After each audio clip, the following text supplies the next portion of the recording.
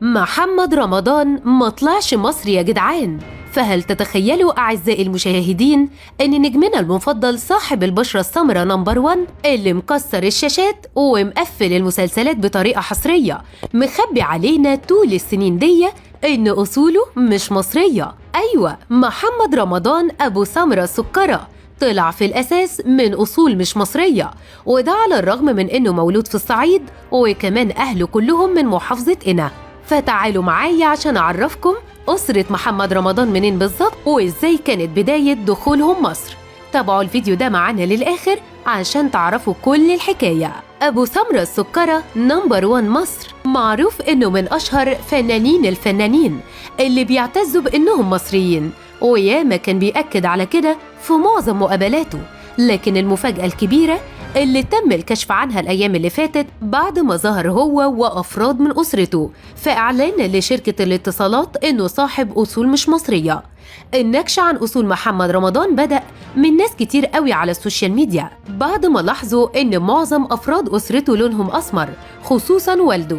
وكانت المفاجأة الكبيرة إن أبوه اللي اسمه رمضان محمد حجازي أصلاً مواطن سوداني، وكان عايش معظم فترات حياته في السودان، وكان شغال خياط من الأساس، لكنه سافر لمصر وتحديداً لمحافظة قنا هو وأهله.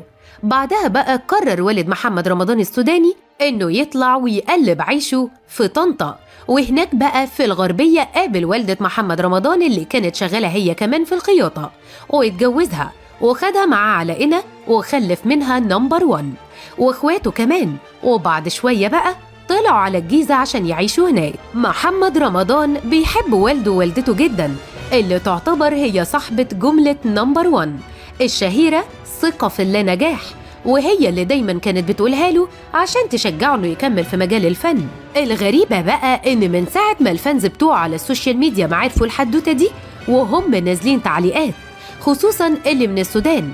فقال مثلا واحد منهم: يا سلام، نمبر 1 طلع سوداني من أرض السودان بسماره ولونه الأصيل، ابن وادي النبيل.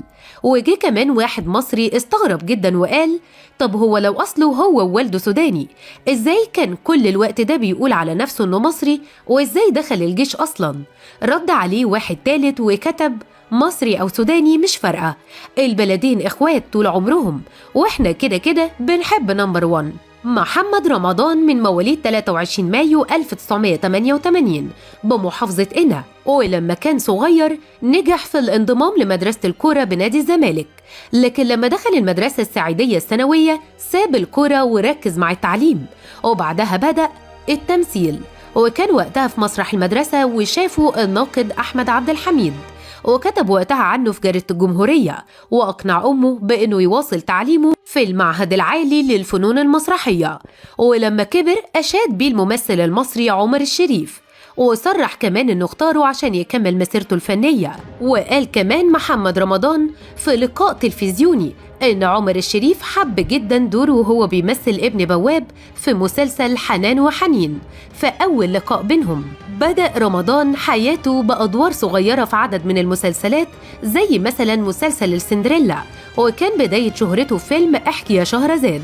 بعدها اتطور وأصبح رمضان مع الوقت من نجوم الصف الأول، وحققت أفلامه إيرادات عالية جدا، وكان أهمها أفلام الألماني عبده موتة وقلب الأسد شد أجزاء وغيرها كمان. وده غير بقى مسلسلاته اللي مكسرة الدنيا زي جعفر العمدة والأسطورة. وفي النهاية يا ترى إيه رأيكم في قصة جنسية والد محمد رمضان دي؟ وهل يا ترى ممكن تفرق معاه في حاجة؟